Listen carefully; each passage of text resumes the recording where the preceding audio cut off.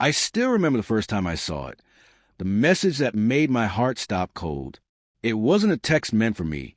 It was meant for someone else. And yet, there it was glowing on her phone screen in my hand. 3 years ago, I caught her cheating. I froze, my fingers trembling, staring at the words she thought she had hidden so carefully. I remembered the disbelief, the nausea, the crushing weight of betrayal pressing down on me. And yet, somehow, I stayed. I stayed because love can make fools of us all. For years after, I lived with a quiet tension, a lingering question in the back of my mind. Did she ever truly regret it? Did she feel even a fraction of the shame I felt when I held that phone and realized the life I thought we had was built on deception? I tried to convince myself that we'd moved past it, that the woman I loved was still there under the layers of lies.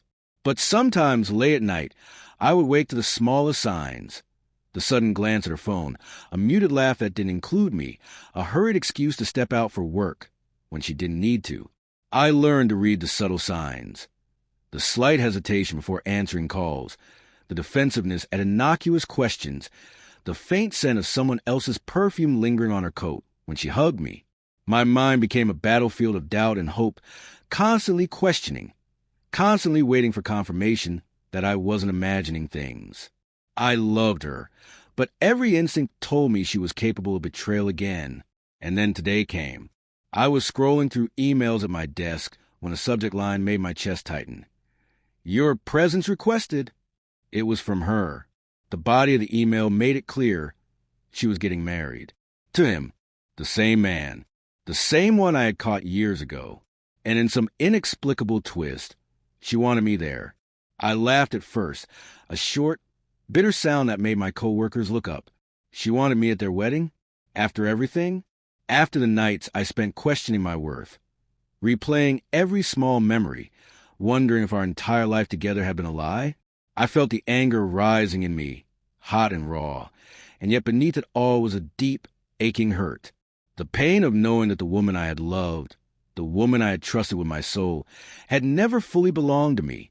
I went home that evening, my hands shaking, as I brewed a cup of coffee I didn't really taste. Memories assaulted me. Our first apartment, the laughter over burnt pancakes, her head on my shoulder during thunderstorms. And then, the memory that burned brightest, her phone buzzing the corner of our bedroom, her hastily silenced panic when I entered, the disbelief, the betrayal, the hollow feeling in my chest as I realized the person I loved was capable of walking away from me without a second thought. I confronted her, of course. I had to hear her words, even though I already knew the truth. Why? I asked, my voice tight, fragile. After everything, why now? Why invite me? She avoided my gaze, twisting her fingers nervously. I wanted closure, she said finally. I never wanted to hurt you. I just want us to be adults about this. Closure. The word felt like salt in a wound. Was it supposed to erase years of pain? Was this meant to validate her choices, while mine had been quietly shattered? I wanted to scream, to collapse, to tell her every thought I had replayed 1,000 times in my head. But instead, I stood there, listening, absorbing, knowing that no amount of words could undo what had been done. I realized then that closure wasn't something she could give me. It was something I had to take for myself. I didn't need her apology. I didn't need her explanation. I needed my own peace. And for the first time in 3 years, I felt a strange, heavy calm. I replied to her email that night. It was short, honest, enough to make my point without igniting old flames of anger.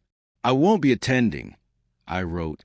I've found that some doors, once closed, should stay closed. I wish you both well.